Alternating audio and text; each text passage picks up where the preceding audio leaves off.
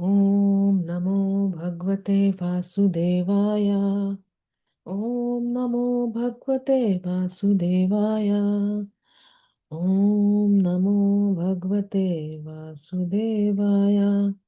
श्रीमद् भगवद गीता यथारूप, अध्याय 6, ध्यान योग।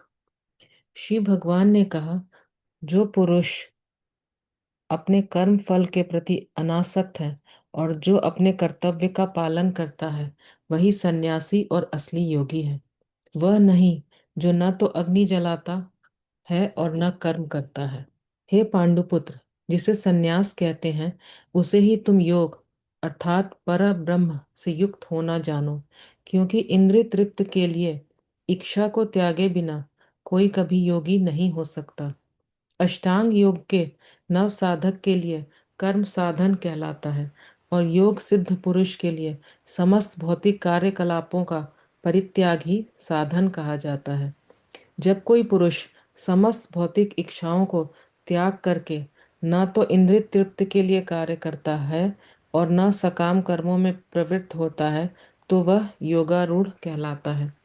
मनुष्य को चाहिए कि अपने मन की सहायता से अपना उद्धार करे और अपने को नीचे न गिरने दे। यह मन बद्ध जीव का मित्र भी है और शत्रु भी। जिसने मन को जीत लिया है, उसके लिए मन सर्वश्रेष्ठ मित्र है, किंतु जो ऐसा नहीं कर पाया, उसके लिए मन सबसे बड़ा शत्रु बना रहेगा। जिसने मन को जीत लिया है, उसने पहले ही परमात्मा को प्राप्त कर लिया है, क्योंकि उसने शांति प्राप्त कर ली है। ऐसे पुरुष के लिए सुख दुख, सर्दी गर्मी एवं मान अपमान एक से हैं। वह व्यक्ति आत्म साक्षात्कार को प्राप्त तथा योगी कहलाता है, जो अपने अर्जित ज्ञान तथा अनुभूति से पूर्णतया संतुष्ट रहता है। ऐसा व्यक्ति अध्यात्म को प्राप्त तथा जितेंद्र कहलाता है। वह सभी वस्तुओं को, चाहे वे कंकड़ हों, पत्थर हों या कि सोना, एक समान देखता है। जब मनुष्य निष्कपट हितैषियों, प्रिय मित्रों, तटस्थों, मध्यस्थों, ईर्ष्यालुओं, शत्रुओं तथा मित्रों, पुण्यात्माओं एवं पापियों को समान भाव से देखता है, तो वह और भी उन्नत माना जाता है। योगी को चाहिए कि वह सदैव अपने शरीर, मन तथा आत्मा को परमेश्वर में लगाए, एकांत स्थान में रहे और बड़ी सावधानी के साथ अपने मन को वश में करे। उसे समस्त आकांक्षाओं तथा संग्रह भाव की इच्छाओं से मुक्त होना चाहिए। योगाभ्यास के लिए योगी एकांत स्थान में जाकर भूमि पर कुशा बिछा दे और फिर उसे मृगछाला से ढके तथा ऊपर से मुलायम वस्त्र बिछा दे। आसन न तो बहुत ऊंचा हो न बहुत नीचा, यह पवित्र स्थान में स्थित हो। योगी को चाहिए कि इस पर दृढ़तापूर्वक बैठ जाए और मन, इंद्रियों तथा कर्मों को वश में करते हुए तथा मन को एक बिंदु पर स्थिर करके हृदय को शुद्ध करने के लिए योगाभ्यास करें। योगाभ्यास करने वालों को चाहिए कि वह अपने शरीर, गर्दन तथा सिर को सीधा रखे और नाक के अगले सिरे पर दृष्टि लगाए। इस प्रकार वह अविचलित तथा दमित मन से, भय रहित विषयी जीवन से पूर्णतया मुक्त होकर अपने हृदय में मेरा चिंतन करे और मुझे ही अपना चरम लक्ष्य बनाए। इस प्रकार शरीर, मन तथा कर्म में निरंतर संयम का अभ्यास करते हुए संयमित मन वाले योगी को इस भौतिक अस्तित्व की समाप्ति पर भगवत धाम की प्राप्ति होती है। हे अर्जुन, जो अधिक खाता है या बहुत कम खाता है, जो अधिक सोता है अथवा जो पर्याप्त नहीं सोता, उसके योगी बनने की कोई संभावना नहीं है।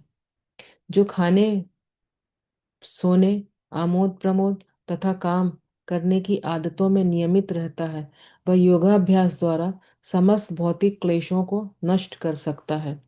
जब योगी योगाभ्यास द्वारा अपने मानसिक कार्यकलापों को वश में कर लेता है और अध्यात्म में स्थित हो जाता है, अर्थात समस्त भौतिक इच्छाओं से रहित हो जाता है, तब वह योग में सुस्थिर कहा जाता है।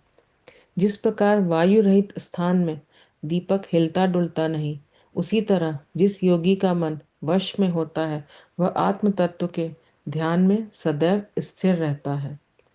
सिद्धि की अवस्था में, जिसे समाधि कहते हैं, मनुष्य का मन योगाभ्यास के द्वारा भौतिक मानसिक क्रियाओं से पूर्णतया संयमित हो जाता है। इस सिद्धि की विशेषता यह है कि मनुष्य शुद्ध मन से अपने को देख सकता है और अपने आप में आनंद उठा सकता है।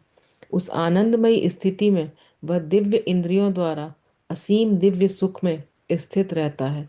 इस प्रकार स्थापित मनुष्य कभी सत्य से विपथ नहीं होता और इस सुख की प्राप्ति हो जाने पर वह इससे बड़ा कोई दूसरा लाभ नहीं मानता।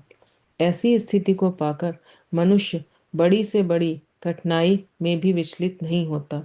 यह निस्संदेह भौतिक संसर्ग से उत्पन्न होने वाले समस्त दुखों से वास्तविक मुक्ति है। मनुष्य को चाहिए कि संकल्प तथा श्रद्धा के साथ योगाभ्यास में लगे और पथ से विचलित न हो। उसे चाहिए कि मनोधर्म से उत्पन्न समस्त इच्छाओं को निरपवाद रूप से त्याग दे और इस प्रकार मन के द्वारा सभी ओर से इंद्रियों को वश में करे। धीरे धीरे क्रमशः पूर्ण विश्वास पूर्वक बुद्धि के द्वारा समाधि में स्थित होना चाहिए और इस प्रकार मन को आत्मा में ही स्थित करना चाहिए तथा अन्य कुछ भी नहीं सोचना चाहिए। मन अपनी चंचलता तथा अस्थिरता के कारण जहाँ कहीं भी विचरण करता हो, मनुष्य को चाहिए कि उसे वहां से खींचे और अपने वश में लाए। जिस योगी का मन मुझ में स्थिर रहता है वह निश्चय ही दिव्य सुख की सर्वोच्च सिद्धि प्राप्त करता है।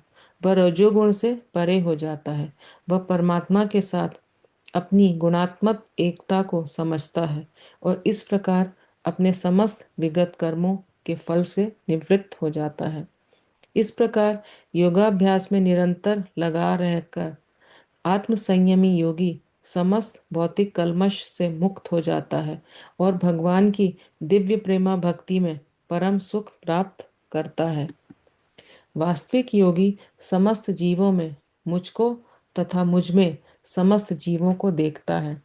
निस्संदेह स्वरूप सिद्ध व्यक्ति मुझ परमेश्वर को सर्वत्र देखता है। जो मुझे सर्वत्र देखता है और सब कुछ मुझ में देखता है, उसके लिए न तो मैं कभी अदृश्य होता हूँ और न वह मेरे लिए अदृश्य होता है। जो योगी मुझे तथा परमात्मा को अभिन्न जानते हुए परमात्मा की भक्ति पूर्वक सेवा करता है, वह हर प्रकार से मुझ में सदैव स्थित रहता है। हे अर्जुन, वह पूर्ण योगी है जो अपनी तुलना से समस्त प्राणियों की उनके सुखों तथा दुखों में वास्तविक समानता का दर्शन करता है। अर्जुन ने कहा, हे मधुसूदन, आपने जिस योग पद्धति का संक्षेप में वर्णन किया है वह मेरे लिए अव्यावहारिक तथा असहनीय है, क्योंकि मन चंचल तथा अस्थिर है।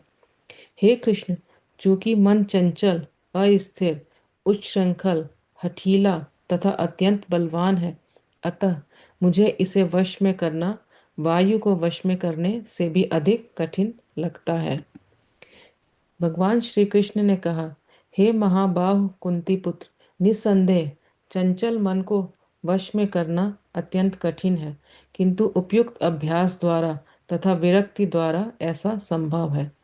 जिसका मन उच्छृंखल है उसके लिए आत्म साक्षात्कार कठिन कार्य होता है, किंतु जिसका मन संयमित है और जो समुचित उपाय करता है उसकी सफलता ध्रुव है, ऐसा मेरा मत है। अर्जुन ने कहा, हे कृष्ण, उस असफल योगी की गति क्या है जो प्रारंभ में श्रद्धा पूर्वक आत्म साक्षात्कार की विधि ग्रहण करता है, किंतु बाद में भौतिकता के कारण उससे विचलित हो जाता है और योग सिद्धि को प्राप्त नहीं कर पाता। हे महाबाहु कृष्ण, क्या ब्रह्म प्राप्ति के मार्ग से भ्रष्ट ऐसा व्यक्ति आध्यात्मिक तथा भौतिक दोनों ही सफलताओं से च्युत नहीं होता और छिन्न भिन्न बादल की भांति विनष्ट नहीं हो जाता, जिसके फलस्वरूप उसके लिए किसी लोक में कोई स्थान नहीं रहता। हे कृष्ण, यही मेरा संदेह है और मैं आपसे इसे पूर्णतया दूर करने की प्रार्थना कर रहा हूँ। आपके अतिरिक्त अन्य कोई ऐसा नहीं है जो इस संदेह को नष्ट कर सके। भगवान ने कहा, हे पृथा पुत्र, कल्याणकारों में निरत योगी का न तो इस लोक में और न परलोक में ही विनाश होता है। हे मित्र, भलाई करने वाला कभी बुराई से पराजित नहीं होता।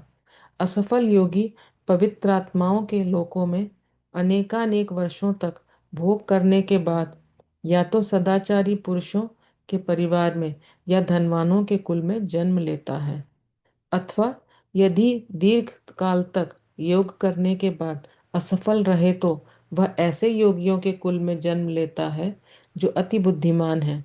निश्चय ही इस संसार में ऐसा जन्म दुर्लभ है। हे कुरुनंदन, ऐसा जन्म पाकर वह अपने पूर्व जन्म की दैवी चेतना को पुनः प्राप्त करता है और पूर्ण सफलता प्राप्त करने के उद्देश्य से वह आगे उन्नति करने का प्रयास करता है। अपने पूर्व जन्म की दैवी चेतना से वह न चाहते हुए भी स्वतः योग के नियमों की ओर आकर्षित होता है। ऐसा जिज्ञासु योगी शास्त्रों के अनुष्ठानों से परे स्थित होता है, और जब योगी कल्मश से शुद्ध होकर सच्ची निष्ठा से आगे प्रगति करने का प्रयास करता है तो अंततो गत्वा अनेकानेक जन्मों के अभ्यास के पश्चात सिद्धि लाभ करके वह परम गंतव्य को प्राप्त करता है। योगी पुरुष तपस्वी से, ज्ञानी से तथा सकाम कर्मी से बढ़कर होता है।